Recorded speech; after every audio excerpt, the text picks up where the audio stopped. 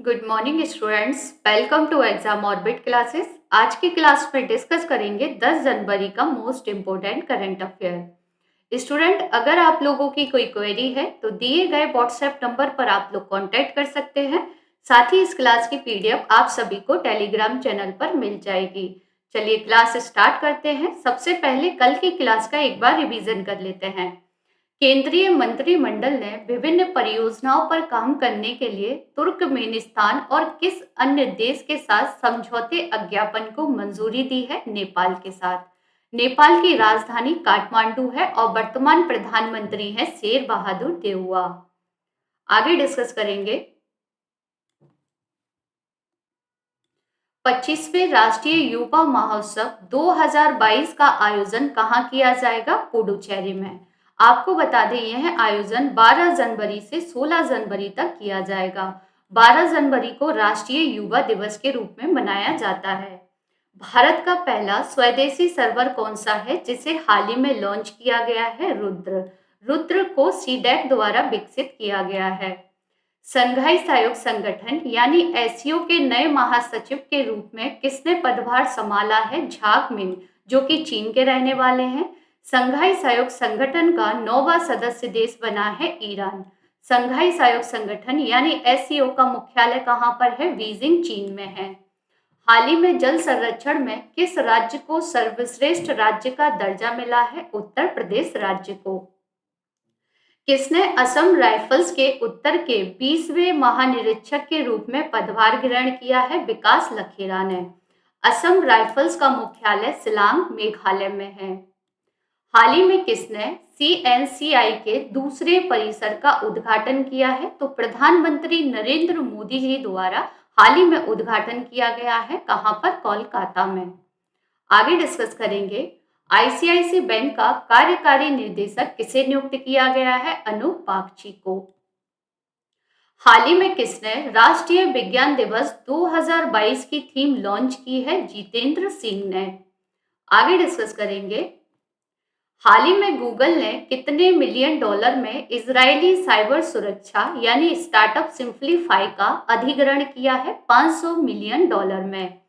हाल ही में किस देश की सरकार ने विदेश यात्रा करने वाले नागरिकों के लिए चिप आधारित ई पासपोर्ट जारी करने की घोषणा की है? तो भारत द्वारा हाल ही में ये घोषणा की गई है। हाल ही में ऑस्कर विजेता सिडनी पॉइटियर का निधन हो गया। यह एक अभिनेता थे। ग्रीन एनर्जी कॉरिडोर के कौन से चरण को भारत सरकार ने हाल ही में मंजूरी दे दी है? तो प्रथम चरण को मंजूरी दी गई है। तो ये था कल का करंट अफेयर। अगर आपको डिटेल से जानना है तो कल की क्लास जरूर देख लीजिएगा। चलिए डिस्कस करते हैं फर्स्ट क्वेश्चन। चुनाव आयोग ने कितने राज्यों में चुनाव की तारीखों का ऐलान कर दिया है? तो इसका आपका सही आंसर है ऑप्शन बी, 5 राज्यों में। आइए डिस्कस कर लेते हैं इसी से रिलेटेड कुछ इंपॉर्टेंट पॉइंट।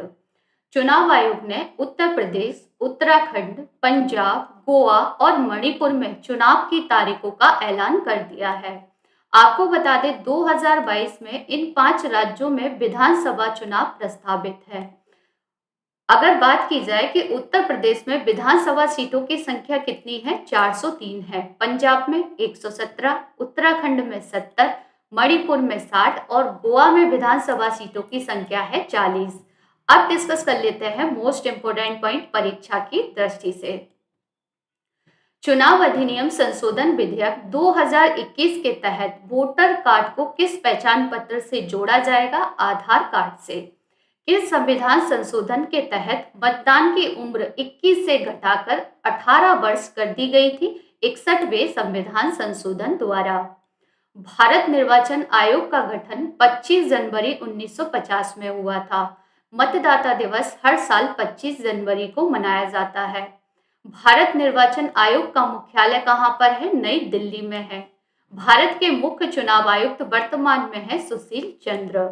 आगे डिस्कस करेंगे। भारत के पहले मुख्य चुनाव आयुक्त कौन थे? सुकुमार सेन। अनुच्छेद 324 का संबंध किससे है? तो चुनाव आयोग से है। भारतीय संविधान के भाग 15 में अनुच्छेद 324 से लेकर अनुच्छेद 329 तक निर्वाचन की व्याख्या की गई है। निर्वाचन आयोग कैसा निकाय है? तो निर्वाचन आयोग है एक संवैधानिक निकाय जो कि अक्सर एग्जाम में पूछ लिया जाता है। प्रारंभ में आयोग में कितने आयुक्त थे? तो केवल मुख्य चुनाव निर्वाचन आयुक्त थे। वर्तमान में मुख्य निर्वाचन आयुक्त और 2 निर्वाचन आयुक्त होते हैं। भारत के मुख्य चुनाव आयुक्त सुशील चंद्रा ने हाल ही में किस देश के राष्ट्रपति चुनाव की देखरेख की है? उज्बेकिस्तान। अब आप लोग मुझे कमेंट्स बॉक्स में बताइए कि उज्बेकिस्तान की कैपिटल क्या है। नेक्स्ट क्वेश्चन है, भारत में क्रिप्टो करेंसी पर नजर रखने के लिए देश का पहला क्रिप्टो इंडेक्स यानी IC15 किसने लॉन्च किया है? तो इसका आपका सही आंसर है ऑप्शन बी, क्रिप्टो वायर द्वारा इसे लॉन्च किया गया है। आइए डिस्कस कर लेते हैं इसके बारे में। सुपर ऐप क्रिप्टो वायर ने देश का पहला क्रिप्टो करेंसी इंडेक्स लॉन्च किया है। इस क्रिप्टो इंडेक्स को IC15 नाम दिया गया है। IC15 प्रमुख क्रिप्टो एक्सचेंज पर लिस्टेड सबसे ज्यादा कारोबार करने वाली शीर्ष 15 क्रिप्टो करेंसी के प्रदर्शन की निगरानी करेगा। अब डिस्कस कर लेते हैं क्रिप्टो करेंसी के बारे में। यह एक डिजिटल परिसंपत्ति है जो विनिमय के एक माध्यम के रूप में काम करती है। पहली क्रिप्टो करेंसी कौन सी है? तो बिटकॉइन है। मोस्ट इंपोर्टेंट है, याद रखिएगा। क्रिप्टो करेंसी की शुरुआत 2009 में सातोशी नाकामोटो द्वारा की गई थी। किस देश ने भुगतान के लिए क्रिप्टो करेंसी को मान्यता देने और विनियमित करने का निर्णय लिया है? तो क्यूबा द्वारा हाल ही में यह निर्णय लिया गया है। हाल ही में बिटकॉइन के संस्थापक सातोशी नाकामोटो की प्रतिमा का अनावरण कहां पर किया गया है? हंगरी में। आगे डिस्कस करेंगे, बिटकॉइन को राष्ट्रीय मुद्रा के रूप में अपनाने वाला दुनिया का पहला देश कौन सा बन गया है? El Salvador. किस देश के सेंट्रल बैंक ने क्रिप्टो करेंसी पर हाल ही में प्रतिबंध लगा दिया? तो चीन के द्वारा यह प्रतिबंध लगाया गया।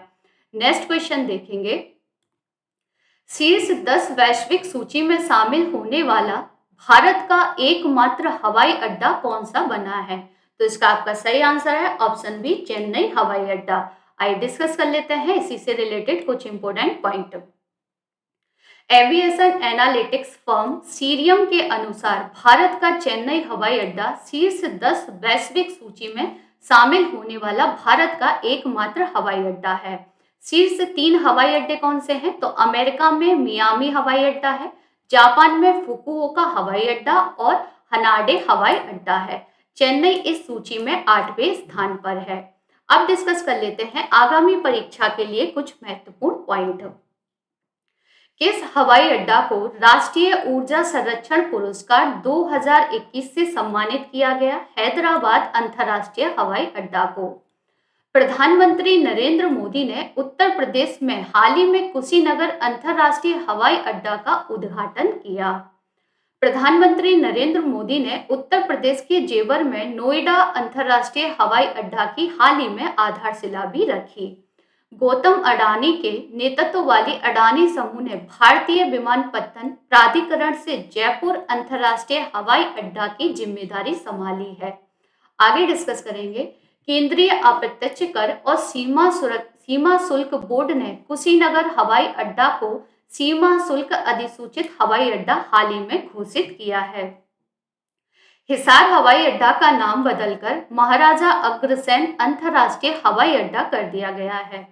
नई दिल्ली में इंदिरा गांधी अंतर्राष्ट्रीय हवाई अड्डा को 2021 sky tracks world airport award से दुनिया के शीर्ष 50 सर्वश्रेष्ठ हवाई अड्डों में जगह मिली है। आकाशा एयरलाइन को किसने विकसित किया है? राकेश झुनझुनवाला ने। भारत के नागरिक उड्डयन मंत्री कौन है वर्तमान में? तो ज्योतिरादित्य सिंधिया है। नागरिक उड्डयन सुरक्षा समिति के अध्यक्ष कौन है? नासिर कमल है। आगे डिस्कस करेंगे भारत के प्रमुख एयरपोर्ट। श्री गुरु रामदास जी अंतर्राष्ट्रीय एयरपोर्ट कहां पर है? अमृतसर पंजाब में है। सरदार वल्लभ भाई पटेल अंतर्राष्ट्रीय विमान क्षेत्र अहमदाबाद गुजरात में है। कोचीन अंतर्राष्ट्रीय एयरपोर्ट कोचीन केरल में है। नेताजी सुभाष चंद्र बोस अंतर्राष्ट्रीय विमान क्षेत्र कोलकाता पश्चिम बंगाल में है।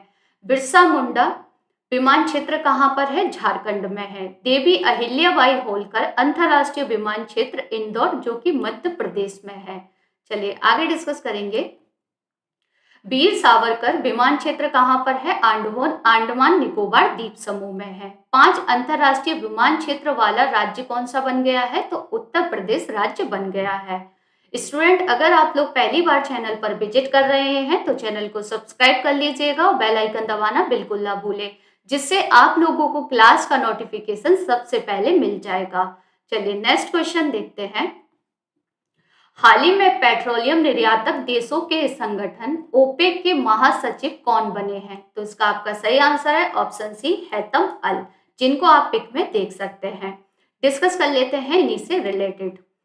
पेट्रोलियम निर्यातक देशों के संगठन ने कुवैती तेल कार्यकारी हैतम अल घिस को अपना नया महासचिव नियुक्त किया है। इन्होंने मोहम्मद बरकिंडो का स्थान लिया है। अब डिस्कस कर लेते हैं ओपेक के बारे में, पेट्रोलियम निर्यातक देशों के संगठन के बारे में। यह एक स्थायी अंतर सरकारी संगठन है जिसकी स्थापना 1960 में बगदाद सम्मेलन में ईरान, इराक, कुवैत, सऊदी अरब और वेनेजुला द्वारा की गई थी। इसका मुख्यालय कहाँ पर है? वियना, ऑस्ट्रिया में है। इस संगठन का उद्देश्य अपने सदस्य देशों की पेट्रोलियम नीतियों का समन्वय और एकीकरण करना तथा उपभोक्ता को पेट्रोलियम की कुशल, आर्थिक व नियमित आपूर्ति सुनिश्चित करने के लिए तेल बाजारों को स्थिरीकरण सुनिश्चित करना है। ओपेक के कुल सदस्य देश कितने हैं वर्तमान में? तो 14 हैं। ईरान, इराक, कुवैत, संयुक्त अरब अमीरात, सऊदी अरब, Algeria, Libya, Nigeria, Gabon, Equatorial Guinea, Congo गणराज्य, अंगोला, इक्वाडोर और वेनेजुला है। जैसा कि आप लोग मैप में देख सकते हैं, ये है ओपेक के सदस्य देश। चलिए आगे डिस्कस करेंगे। नेक्स्ट क्वेश्चन है, किस राज्य के पहाड़ी क्षेत्रों में पहली बार दुर्लभ धूमिल तेंदुआ देखा गया है? तो इसका आपका सही आंसर है ऑप्शन ए, नागालैंड क्षेत्र में देखा गया है। आइए डिस्कस कर लेते हैं इसी से रिलेटेड। नागालैंड के पहाड़ी क्षेत्रों में पहली बार दुर्लभ धूमिल तेंदुआ दिखाई दिया है।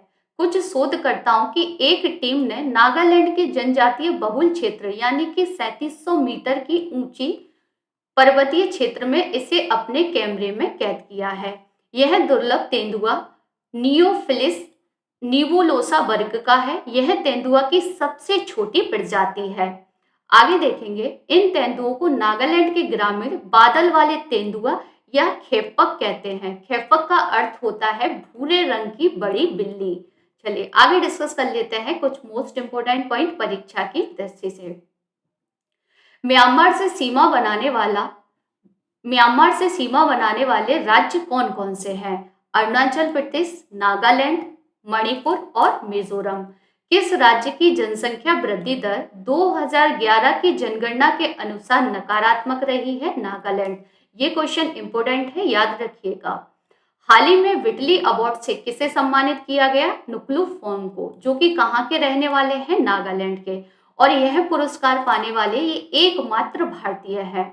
नागालैंड का प्रसिद्ध त्योहार है हॉर्नबिल फेस्टिवल। माउंट सारामती कहाँ पर है? तो ये नागालैंड में है। आगे डिस्कस करेंगे, हाल ही में किस राज्य का पहला और भारत का 61वां software technology park of India का उद्घाटन कहाँ पर किया गया? नागालैंड में।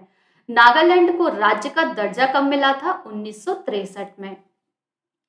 नागा रेजिमेंट की पहली बटालियन की स्थापना कब और कहाँ हुई थी? तो 1 नवंबर 1970 को कुमायूं रेजिमेंटल सेंटर यानी कि रानीखेत उत्तराखंड में की गई थी। कोहिमा किसकी कैपिटल है? तो नागालैंड की है, जैसा कि आप लोग मैप में नागालैंड देख सकते हैं। चलिए नेक्स्ट क्वेश्चन देखेंगे। स्टूडेंट, मैंने आपके लिए सभी सिलेक्टेड और इम्पोर्टेंट क्वेश्चन लिए हैं जो कि आगामी परीक्षा की दृष्टि से बहुत इंपॉर्टेंट है। तो बने रहिए क्लास के लास्ट तक। क्लास को एक बार शेयर जरूर कर दीजिए। अगला क्वेश्चन है, भारत में विश्व खाद्य कार्यक्रम ने स्कूली भोजन में खाद्य सुरक्षा और स्वच्छता परियोजनाओं को बढ़ाने के लिए किसके साथ एक समझौते पर हस्ताक्षर किए हैं? तो इसका आपका सही आंसर है ऑप्शन बी, अक्षय पात्र फाउंडेशन के साथ। आइए डिस्कस कर लेते हैं इसी से रिलेटेड। इस साझेदारी का उद्देश्य खाद्य सुरक्षा और स्वच्छता परियोजना, रसोइयों, सह सहायकों की क्षमता निर्माण और स्कूली भोजन की पोषण गुणवत्ता को बढ़ाना है। मध्याह्न भोजन योजना, जिसे प्रधानमंत्री पोषण के रूप में भी जाना जाता है, यह योजना पोषण सुरक्षा प्रदान करते हुए बच्चों को स्कूल में बनाए रखने में महत्वपूर्ण भूमिका निभाती है। अक्षय पात्र फाउंडेशन एक गैर लाभकारी संगठन है। अब डिस्कस करेंगे संयुक्त राष्ट्र विश्व खाद्य कार्यक्रम के बारे में, यानी United Nation World Food Programme के बारे में।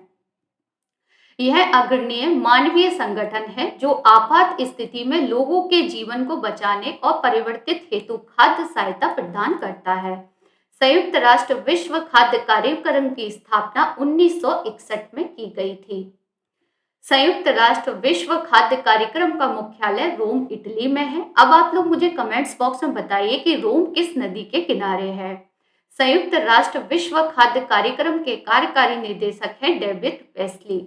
आगे डिस्कस करेंगे 2020 के नोबेल शांति पुरस्कार से किसे सम्मानित किया गया था, तो याद रखिएगा संयुक्त राष्ट्र विश्व खाद्य कार्यक्रम को। खाद्य टोकरी में विविधता लाने के लिए नीति आयोग ने किसके साथ समझौता किया है, तो हाल ही में नीति आयोग ने समझौता किया है संयुक्त राष्ट्र विश्व खाद्य कार्यक्रम के साथ।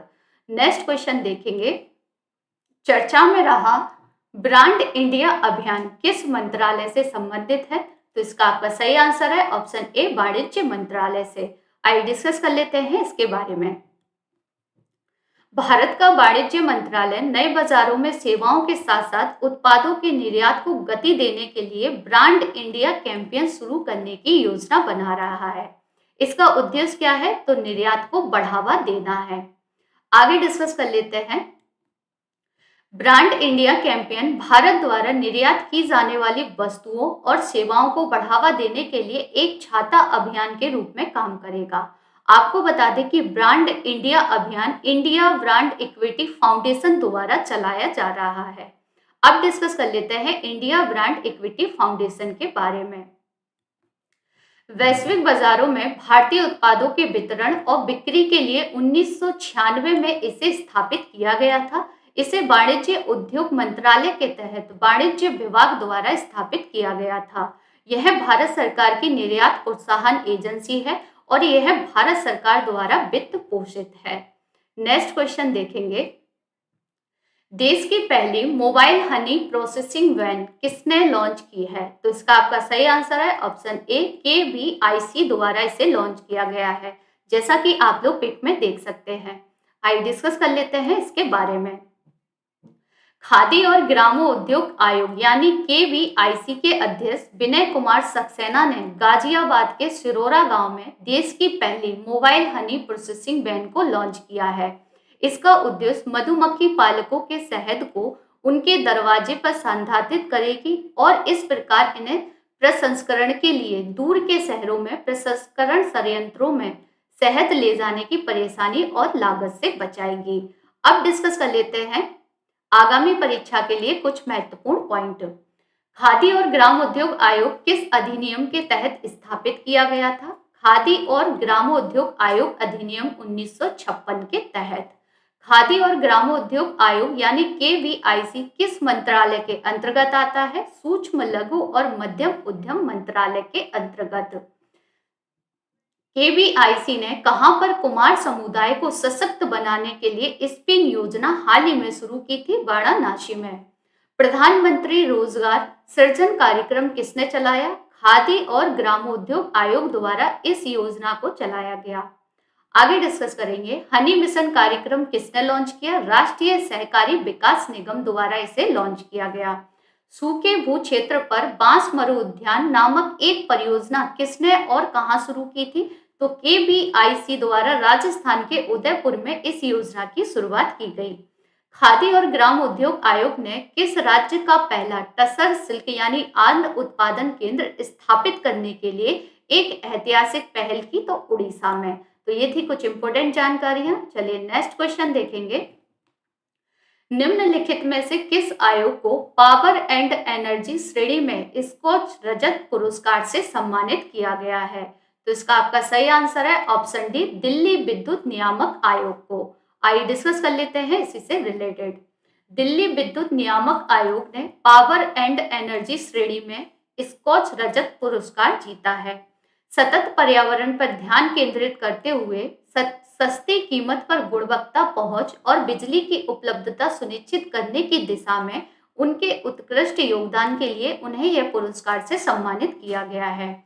स्कॉच ग्रुप समावेशी विकास पर ध्यान देने के साथ सामाजिक आर्थिक मुद्दों से निपटने वाला एक प्रबुद्ध मंडल है। आगे डिस्कस करेंगे, हाल ही में चर्चा में रहा दिल्ली। टेक्नो ने अपना पहला एक्सक्लूसिव रिटेल आउटलेट भारत के किस शहर में लॉन्च किया? दिल्ली में। पहली पशु डीएनए प्रयोगशाला कहाँ स्थापित की गई? रोहिणी, दिल्ली में। पीएम दक्ष पोर्टल और मोबाइल ऐप कहाँ पर लॉन्च किया गया? दिल्ली में। किस वरिष्ठ आईपीएस अफसर को दिल्ली पुलिस का नया आयुक्त बनाया गया? राकेश अस्थाना को। कौन सा राजमार्ग देश का पहला ई वाहन अनुकूल राजमार्ग बन गया है? तो दिल्ली से चंडीगढ़ राजमार्ग। किस केंद्र शासित प्रदेश ने देश के पहले स्मोक टावर का उद्घाटन किया? दिल्ली। दुनिया का दूसरा सबसे बड़ा जीन बैंक कहाँ खोला गया है? दिल्ली में। और पहला कहाँ पर है? जापान में है। हाल ही में ई लर्निंग प्लेटफॉर्म उन्नति किसने लॉन्च किया? तो दिल्ली पुलिस द्वारा इसे लॉन्च किया गया। निजामुद्दीन बस्ती किस केंद्र शासित प्रदेश में स्थित है? एक संरक्षण परियोजना है, तो ये कहाँ पर है? नई दिल्ली में है। चलिए नेक्स्ट क्वेश्चन देखते हैं। पश्चिम बंगाल की मुख्यमंत्री ममता बनर्जी के राजनीतिक जीवन पर आधारित पुस्तक ममता बियॉन्ड 2021 पुस्तक के लेखक कौन है? तो इसका आपका सही आंसर है ऑप्शन टी, जयंत घोषाल। आगे डिस्कस कर लेते हैं। इस पुस्तक का विमोचन 24 जनवरी 2022 को किया जाएगा। अब डिस्कस कर लेते हैं प्रमुख पुस्तक और उनके लेखक। थर्ड पिलर पुस्तक के लेखक कौन है? रघुराम राजन है। इंडिया पॉजिटिव पुस्तक के लेखक है चेतन भगत। एग्जाम वॉरियर्स पुस्तक के लेखक हैं प्रधानमंत्री नरेंद्र मोदी। गांधी इन चंपारण पुस्तक के लेखक हैं दीनानाथ गोपाल तेंदुलकर। गोल्डन गर्ल किसकी पुस्तक है? पीटी उषा की है। Goal major Dhyanchandra. One day wonders Sunil Gavaskar. My best game of chess Vishwanath Anand की है। Cricket my style Kapil Dev की है। चेंजिंग इंडिया पुस्तक के लेखक हैं मनमोहन सिंह। नेक्स्ट क्वेश्चन देखेंगे। भारतीय मानक ब्यूरो के स्थापना दिवस का कौन सा संस्करण हाल ही में मनाया गया है? तो इसका आपका सही आंसर है ऑप्शन डी, 75वां संस्करण हाल ही में मनाया गया है। भारतीय मानक ब्यूरो का 75वां स्थापना दिवस 6 जनवरी 2022 को मनाया गया है। कार्यक्रम को उपभोक्ता कार्य, खाद्य और सार्वजनिक वितरण मंत्री पीयूष गोयल ने संबोधित किया है। वीआईएस भारतीय मानक ब्यूरो अधिनियम 2016 के तहत स्थापित भारत का राष्ट्रीय मानक निकाय है। आगे डिस्कस करेंगे। वीआईएस 1947 में भारतीय मानक संस्थान के रूप में अस्तित्व में आया था। जून 1947 में डॉक्टर लाल सी बर्मन ने इसके पहले निर्देशक के रूप में पदभार ग्रहण किया था। नेक्स्ट क्वेश्चन डिस्कस करेंगे। हाल ही में पंजाब के नए डीजीपी कौन बने हैं? तो इसका आपका सही आंसर है ऑप्शन सी, बीके भाबरा। अब डिस्कस कर लेते हैं पंजाब लेटेस्ट करंट अफेयर। हाल ही में किस राज्य ने भगवान कृष्ण बलराम जगन्नाथ रथ यात्रा को एक वार्षिक राज्य उत्सव घोषित किया है? पंजाब। पंजाब के मार्शल आर्ट को गतका कहा जाता है। पंजाब का नवीनतम जिला हाल ही में बना है मलेरकोटला। चलिए नेक्स्ट क्वेश्चन देखेंगे। हाल ही में लेफ्टिनेंट जनरल अनिरुद्ध सेन गुप्ता को किस देश से 14वें दौर की बातचीत की जिम्मेदारी सौंपी गई है? तो चीन। चलिए, तो ये था आज का करंट अफेयर। अब डिस्कस कर लेते हैं डेली स्टैटिक जीके का टूल्स। भारत के किस राज्य में मानसून का आगमन सबसे पहले होता है? केरल में।